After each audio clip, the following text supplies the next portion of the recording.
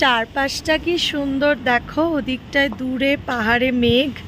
পাহাড়ে যদি এইরকম সুইমিং পুল এনজয় করতে হয় তাহলে আসতেই হবে আমি যেখানে আছি। প্রচন্ড নোংরা, বাট এই গাড়িটাতেই নাকি যেতে হবে। Can you hear? ওই ঝিঝি পোকার একটা আওয়াজ আসছে। Good morning everyone. আজকে সকাল সকাল এনজিপি থেকে স্টার্ট করছি।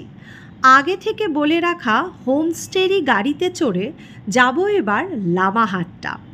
রোহিণী হয়ে কার্শিয়াংয়ের পথে এখন চলেছি।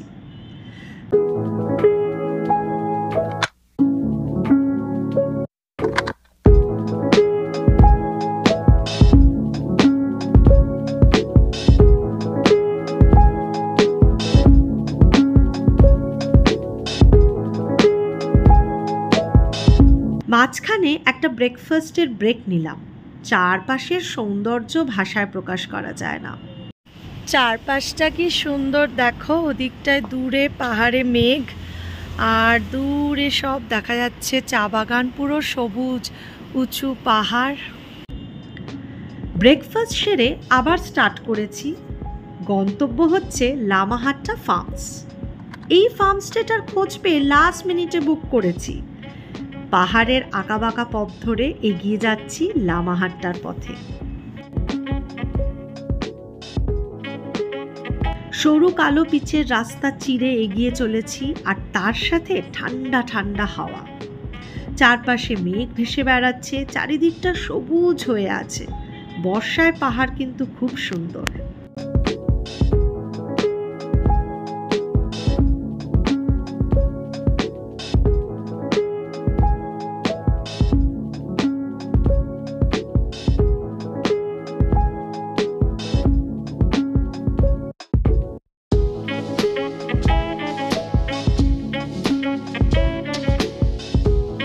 লামাহাট্টা ইকো পার্ক থেকে একটু এগিয়ে নিচে নেমে এসে রাস্তাটা দিয়েই যেতে হবে হচ্ছে হোমস্টেতে। তো ওপরের রাস্তাটা হচ্ছে মেন রোড, এই নিচের রাস্তাটা প্রাইভেট রোড।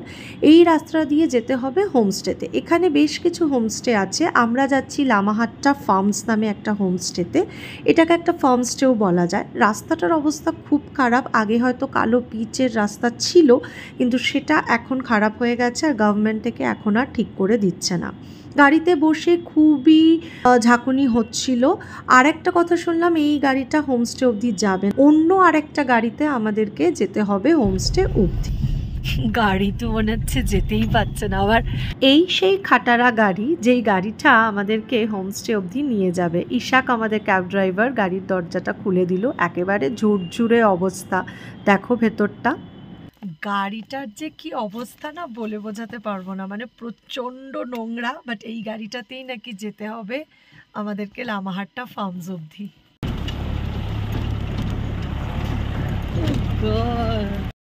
সামনের রাস্তাটা দেখো, মাই গড কি অবস্থা! এটা জাস্ট একটা অ্যাডভেঞ্চার, আলাদা লেভেলের অ্যাডভেঞ্চার। রাস্তার অবস্থা একেবারেই বেহাল। তো সেক্ষেত্রে ভালো হয় এই রাস্তায় বয়স্ক মানুষরা ঘুরতে না আসলে। তাছাড়া মেডিকেলি আনফিট যে কোনো মানুষ, যে কোনো বয়সের মানুষের জন্য এই রাস্তাটা কিন্তু উপযুক্ত নয়। তো এখানকার যারা লোকাল মানুষ তারা তো অভ্যস্ত, সেই জন্য তাদের তো কোনো অসুবিধা নেই, তারা এই রাস্তা ধরে ওঠে নামে। ফাইনালি আমাদের ডেস্টিনেশন। এই রাস্তা দিয়ে এবার যেতে হবে। এই কাঠের ব্রিজটা দিয়ে এখন আমাদেরকে আমাদের ফার্ম হাউসে যেতে হবে।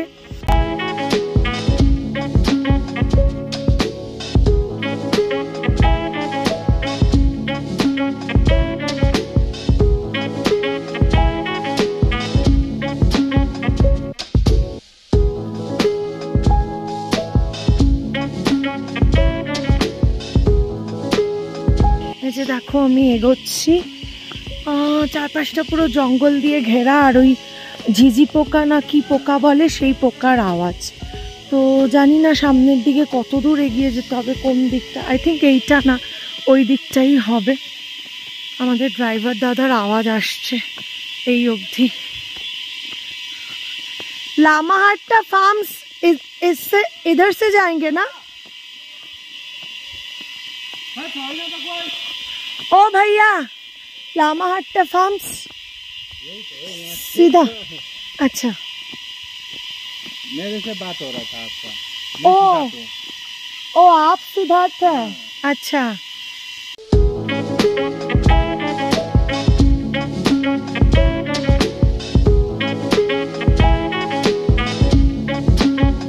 আমি এবার একটু জুম করার চেষ্টা করছি, জুম করে আবার জুম আউট করলাম। এই যেটা হচ্ছে এন্ট্রান্স, আই থিঙ্ক এটা রিসেপশন এরিয়া, ডাইনিং এরিয়া কিছু হবে। এই দেখো এদিকে আবার সিঁড়ি আছে। ও মা কি কিউট ডগিটা, এই দেখো।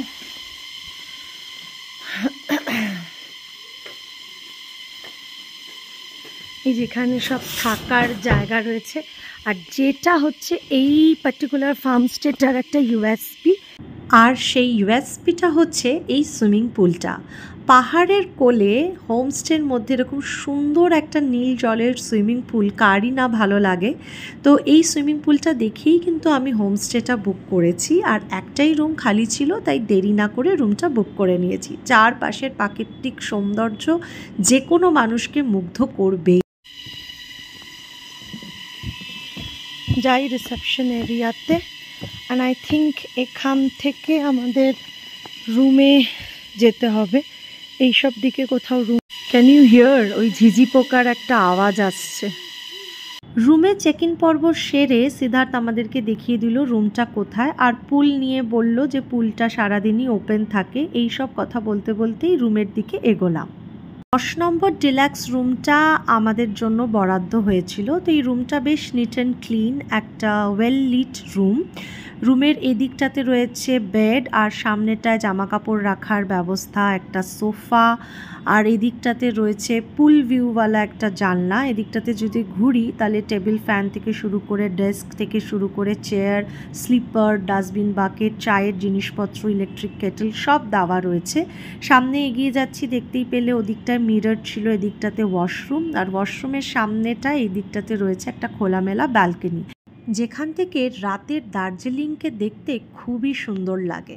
লাইটের সুইচটা বুঝতে পারছিলাম না, এই দুটোই জ্বলছিল। এই যে এবার এই দুটো জ্বালানো হয়েছে, তো এবার যথেষ্ট আলো লাগছে। আমার মনে হয় ঠিক আছে আমাদের জন্য।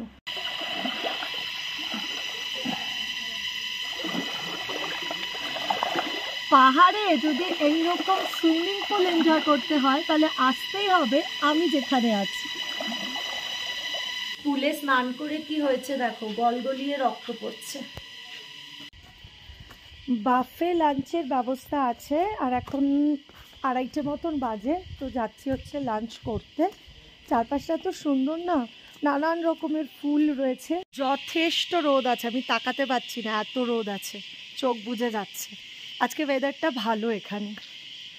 লাঞ্চের জন্য এসেছি, তো ওনাদেরকে ডাকলাম। এখানে দেখো গ্লাস বোতল রাখা আছে, টিস্যু। হ্যাঁ হ্যাঁ হ্যাঁ। কি অবস্থা হয়েছে আমার পায়ের, আমি সুইমিং পুলটায় দেখিনি কোনো একটা উঁচু নিচু ছিল বা কোনো টাইলসে ভাঙা ছিল বা কিছু। পাটায় লাফিয়েছে, ব্যাস মারাত্মক বাজে অবস্থা। এই যে রাইস, স্যালাড, আর এটা মোস্ট প্রবলি আলু ভাজা, ঝুরি আলু ভাজা। দিদি খাবার সার্ভ করছে আমাদের জন্য, বাকি খাবারও চলে এসেছে। আর এই যে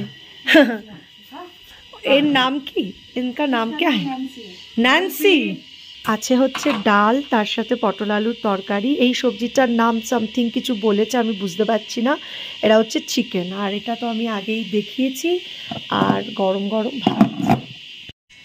এই দিক দিয়ে চলে এসে এখানটাতে একটু বসেছিলাম লাঞ্চের পরে। বেশ সুন্দর জায়গা করে দেওয়া আছে। আমার মনে হয় সন্ধেবেলা এখানে লাইটও জ্বলে, লাইটের ব্যবস্থা আছে, চেয়ার টেবিল সব দেওয়া।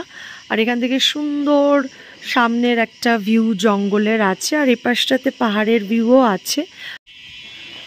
ওভারঅল সুন্দর জায়গা। আর আজকে ওয়েদারটা খুব ভালো আছে এখানে, একদম রোদ আলো ঝলমলে একটা দিন।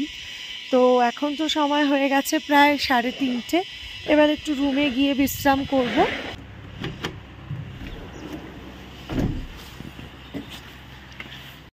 কালকে জার্নিতে এতটাই টায়ার্ড ছিলাম, প্লাস আজকেও এতটা দূর ট্রাভেল করে এসেছি। কালকেও খুব তাড়াতাড়ি তাড়াতাড়ি সব করা আর এত লাস্ট মিনিটে সব কিছু প্ল্যান করে আসা, তো বেশ এক্সস্টেড ছিলাম।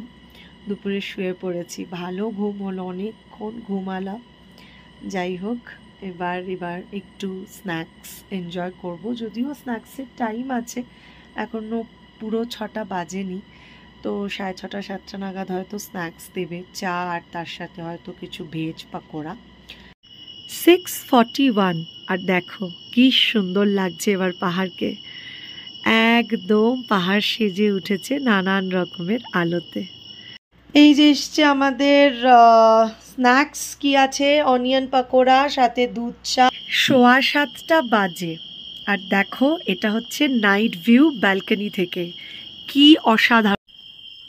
আমাদেরকে ফোন করে বলা হলো যে বনফায়ার হচ্ছে, তো যাই, বনফায়ার যখন হচ্ছে তাহলে একটু গিয়ে দেখে আসি।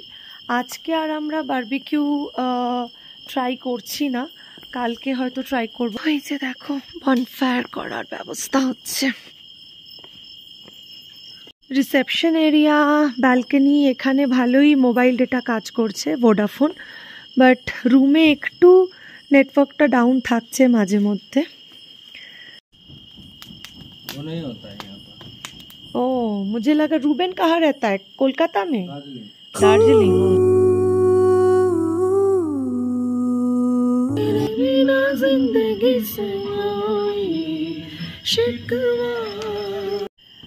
রাত্রি এখন 9:30, এবার ডিনার করব।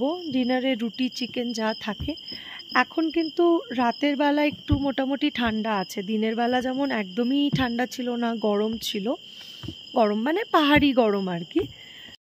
এই যে বাফে ডিনার কি কি আছে দেখিয়ে দিচ্ছি, যেখানে রুটি, এখানে ভাত, যে যেটা খাবে। এখানে একদম গরম গরম ধোয়া ওঠানো ডাল আছে, এখানে আছে হচ্ছে আলু ভাজা, আলু ভাজার পাশে আছে এটা একটা কিছু তরকারি, বাঁধাকপি মনে হচ্ছে দেখে, আর এইটা হচ্ছে গরম গরম চিকেন, আর এইটা স্যালাড। টাইম হয়েছে এখন 10:51, তো এবার শুয়ে পড়বো। এমনিও পাহাড়ে রাতের বেলা আস্তে কিছু করার থাকে না, তো আমি কালকে বেরোবো, তার একটু গোছগাছও করে রাখলাম, আর যেটুকু যা ছড়িয়ে ছিটিয়ে গেছিলো সেগুলো গুছিয়ে রাখলাম। তো আমি আমার আজকের ব্লগটাকে এন্ড করে দিচ্ছি। হোপফুলি অন্য কোনো দিন নতুন কোনো ব্লগের সাথে দেখা হবে। আপাততর জন্য টাটা, গুড নাইট। রাতের নিস্তব্ধতা।